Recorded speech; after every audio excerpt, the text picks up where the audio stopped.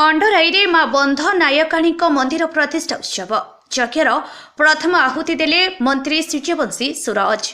भद्रक जिला तिहिड़ी ब्लॉक बोडक पंचायत अधीन अंडराई ग्रामर माँ बंध नायकाणी मंदिर और विग्रह प्रतिष्ठा उत्सव अनुष्ठित होउछि। ଏହି ଉତ୍ସବ ମକର ସଂକ୍ରାନ୍ତି ମଙ୍ଗଳବାର ଠାରୁ ଆରମ୍ଭ ହୋଇ 16 ତାରିଖ ପର୍ଯ୍ୟନ୍ତ 3 ଦିନ ଧରି ଅନୁଷ୍ଠିତ ହେବ।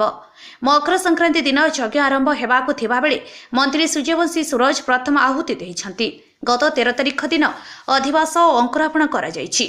ମକର ସଂକ୍ରାନ୍ତିରେ 201 ମହିଳା ଶୋଭାଯାତ୍ରାରେ ଯାଇ କଳସ ବୁଢ଼ାଇ ଯଜ୍ଞସ୍ଥଳକୁ ଆଣିଥିଲେ। ପରେ ସୂର୍ଯ୍ୟ ପୂଜା ଓ ଯଜ୍ଞରେ ଅଗ୍ନିସ୍ଥାପନ ହୋଇଥିଲା।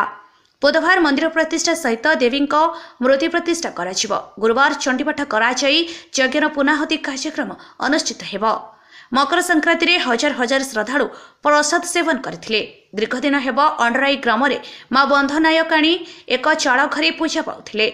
नूतन मंदिर प्रतिष्ठा कराई मां को स्थापन करा। कर्ता भावे वीरेन्द्र मल्लिक, श्रीकांत मल्लिक, गदाधर मल्लिक, रामेश्वर रमेश मल्लिक, पंचानन जेना, इंद्रमणि मल्लिक कार्य तुलाउथिबा बेले मुख्य पूजक दीपक दासंक, हसित गयाधर पंडा, शत्रुघ्न पति, दिग्विजय दास, ज्योतिप्रकाश पति, प्रकाश पाढ़ी प्रमुख पूजा कार्य तुलाउछंती।